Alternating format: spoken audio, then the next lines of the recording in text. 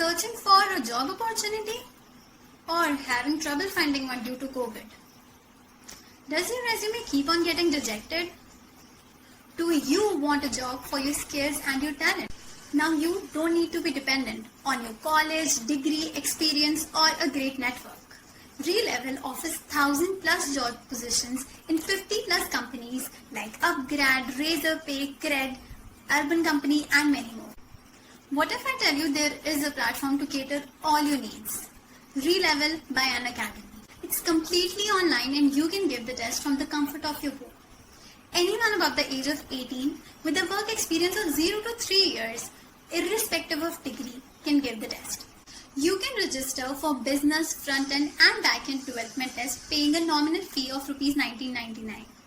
And you can use our coupon code PXP10 to avail a 10% discount.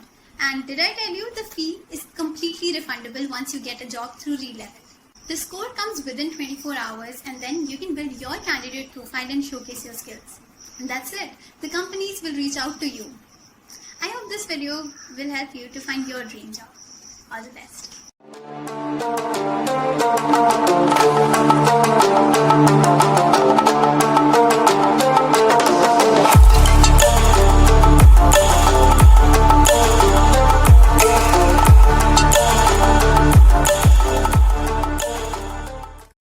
To the 15th episode of Placement Talks. Today we have with us Sarthak Parthasarathy.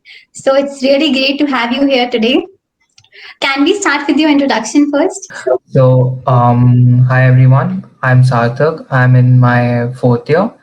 I'm from Electronics and Computer branch, and I just got a placement offer from Bank of America. Can you tell us more about your company?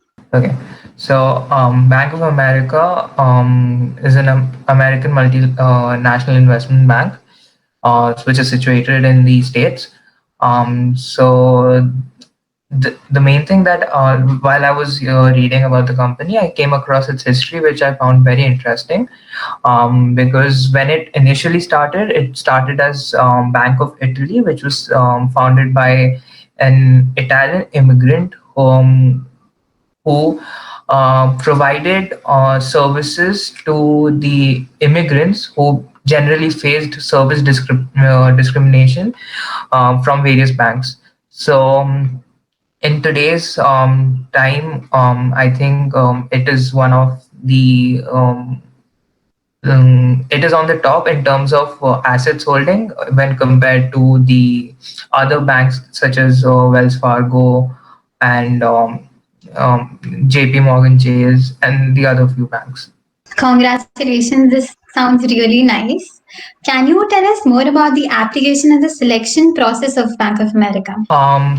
Coming to the application process, so it was an on-campus placement. So I had so the mail which we all received. So in this, we actually had to fill up a Google form. So after filling up the Google form, there was they gave us a short list of these many people are these many students are supposed to apply on their site. So we had to go and fill up the details on the site along with our resume.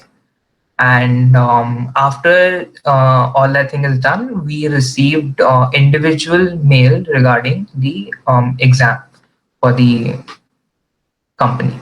So this is a huge process. Can you tell us more about how many interview rounds were there and what kind of rounds were there? Coming to the whole interview process, so first we had our the first round, we had it on the HireVue platform. After that, we had a telephonic, and after that, we had a face-to-face video interview, and those were the rounds, I think, that we had. Okay, that was really insightful. I want to know what was your strategy to do this whole thing and what kind of resources did you use to excel in the placement process? Actually, I started learning about how to start quite a long time back.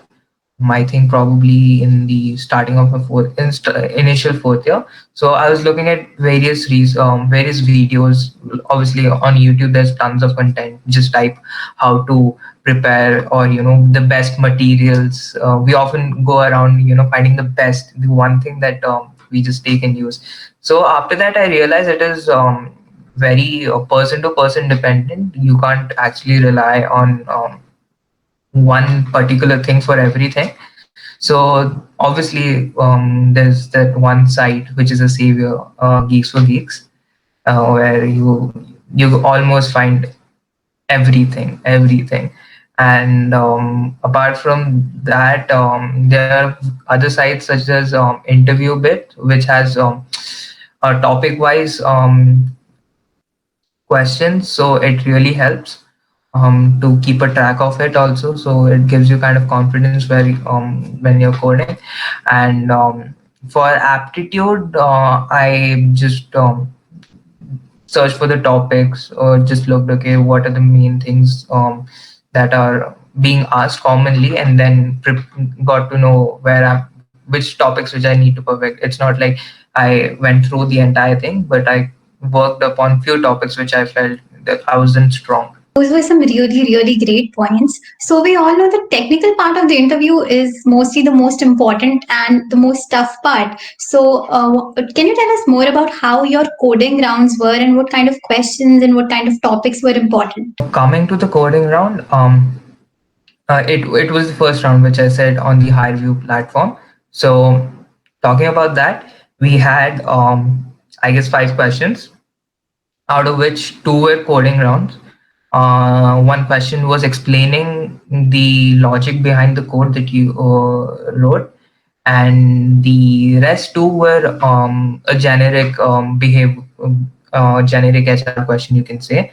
So that was about it. And the questions that were asked were mainly based on arrays.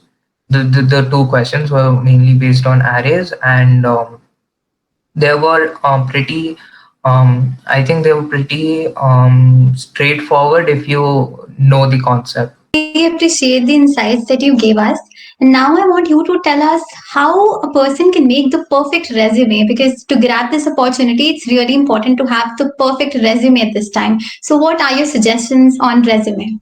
The main components of a resume are basically the internship or the work experience and the projects. So obviously, it will. Most of people would have done. They would have at least one internship, so that is good. And based upon the projects, maybe if you haven't um, done anything outside your subject, so even if the subject projects are good enough, if you're able to explain them thoroughly, that is more than enough. And usually if you have a minimum of two projects on the resume, it is an add-on, because it shows the variety. It actually gives an impression that you are not just limited, your things, when you write about the technical skills, and the project is basically a proof of backing your technical skills that you've written in the column. And apart from those, I think you need to mention the technical skills that you know, and the soft skills, obviously they are a add-on.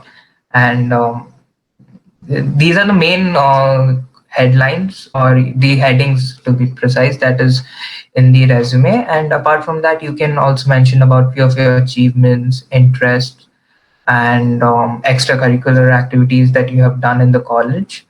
Extracurricular do have an impact, because it really shows how good you are outside your academic curriculum, how versatile you are with working on different things, not just, because academia, if you're excelling it, that's a comfort zone, right?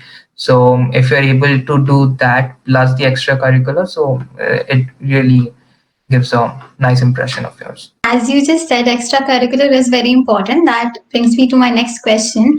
How is one supposed to manage CGPA and club work and coding at the same time? And how important is CGPA and the club work and the coding rounds?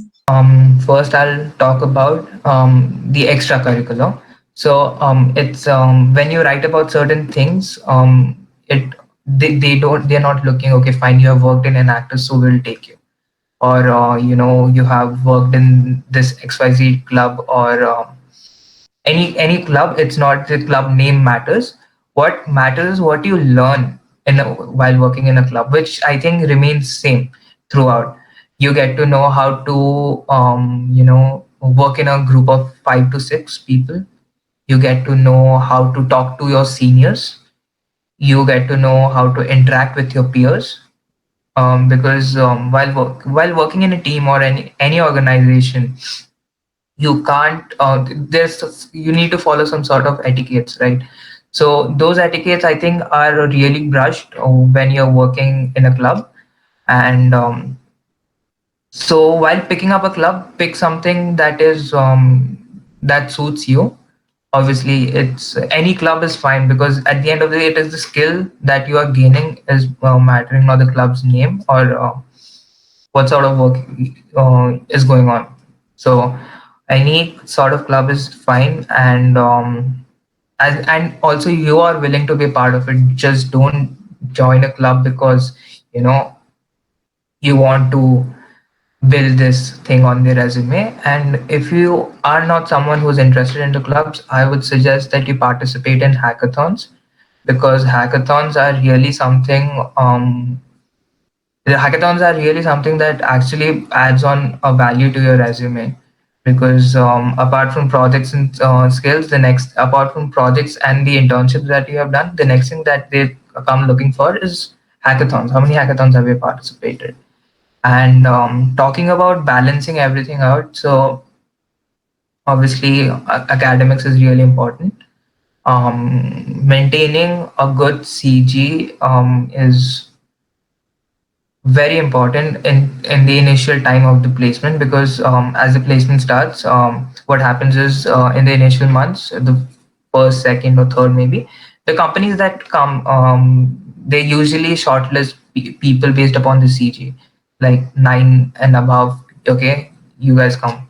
So that thing just hits. Okay, if everyone must has this, what if I would have done this subject better at that time, so my CG would have been at 9 or something. So CG, I think, if you're maintaining, like, obviously there is a certain time till where you can maintain a CG, right? So then the first 2 years, if you're able to maintain a good CG, like if you're a 9 pointer, that's great, keep maintaining it. And if obviously not everyone has the same level or capacity of handling the academics. So if you are someone who is okay, or good at managing stuff, so try a 9, or even 8 and above is fine. And for those who are actually not able to do it, I think um, having above 7.5 is actually good, because some companies because when there's a cutoff between 7 and 7.5, that really hurts. So have it above 7.5. And otherwise, even like, obviously there's companies do come for 6 and above, but when you're from 7 and above, I think it's a very safe range. You will be able to apply to almost every company. I think all the details that you gave us are going to be really, really helpful for us. So thank you so much for that. But now I want to ask you that, is there any advice you wish someone told you when you were starting this journey that you would like to give to your juniors? So, talking about the placement process, um, I think when you are there in your fourth year, everything, I think placement thing is just a process. Like all the 3 years that you have spent in college, it all boils down to this moment, whether will I be able to get this or not. But and it's actually a very it's actually a journey full of emotions. There'll be your ups, there'll be your downs, but one thing that really helped me to put things into perspective was to because when you'll be giving exams, you might not be getting selected, people around you will be getting selected, and there'll be a lot of questions, doubts in your mind. What if I would have done this differently, or what if I would have studied this chapter differently? Maybe I would have been sitting there. But what we need to realize is it's a whole year long process. Okay, you have a lot of time. You need to believe in yourself and the skills that you are developing. Obviously, I know people, and plus, given the current environment, when you're sitting at home and doing all this, it's a different kind of pressure, to be really honest. Because when you are in college, because I've seen my seniors go for the placement process, it is a different environment altogether. You know, you get dressed in your formals, you go to the VAT office, write your exam, come back, and even if it doesn't happen, there is people around you to cheer you.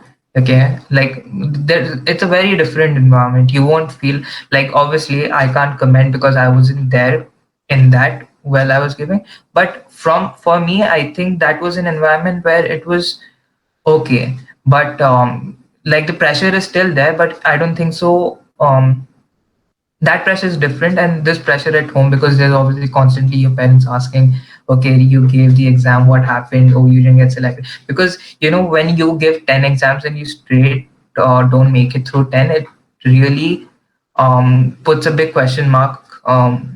Are you doing things right? Or what is going wrong? So all you need to know that it's a marathon. And it doesn't matter if some other one is finishing it. That is their race. In your race, you're the only one who's competing, and once you finish, that's it, you win. So that is something that really helped me put through all this. Thank you so much for your time, Sarthak. I think all of us learned a lot today. I wish you the very best for your future. Thank you so much. Thank you so much, Disha, for having me here.